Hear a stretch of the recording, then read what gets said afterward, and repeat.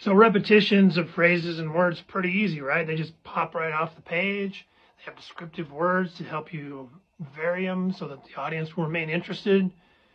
Not always. Shakespeare doesn't always give you adjectives and descriptive words.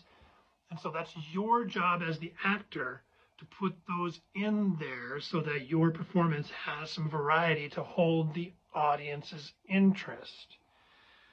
No adjectives, no descriptive words. What do? Great. Well, with my actors and my students, we'll break down the context of the scene, right? And is it a scene, right? Are there other characters on stage? Or is it a soliloquy or a monologue? And those two are different. They're not the same. And if it is a soliloquy or a monologue, are there other characters on stage with you as you're doing it? And let me tell you, other characters on stage is a gift when it comes to repetition, because that gives you a natural focal point that you can refer those repetitions to. But you don't have to have somebody on stage to do that, because you can visualize and physicalize those repetitions without anybody there, because your set has things in it. Your world has different places for different things. And we do this all the time anyway. When we're talking to somebody describing something, we will look in those directions to help them to visualize what it is we're talking about. It's no different here. In the case of the scene between Petruchio and Kate, when Petruchio goes into all those Kates, he can put those Kates visually in different areas. He might say, "You lie in faith, for you are called plain Kate, and bonny Kate, sometimes Kate the cursed."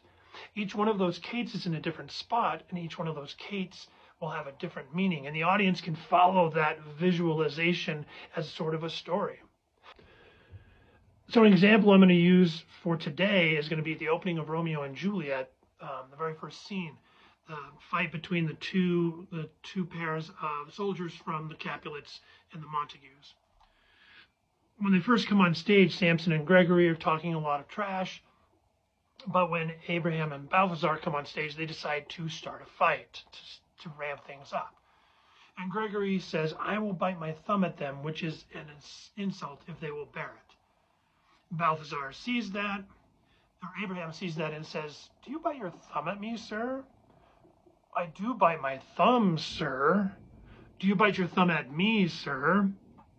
Gregory interrupts those repetitions for a second and says, "Is the law on my side if I say I?" To which the answer is no. So he says, "No, sir, I do not bite my thumb at you, sir, but I do bite my thumb, sir." "Do you quarrel, sir?" "Quarrel, sir? No, sir." You see, all those sirs that are in there are the repetitions, but all those sirs in there are repeated, all have to be different.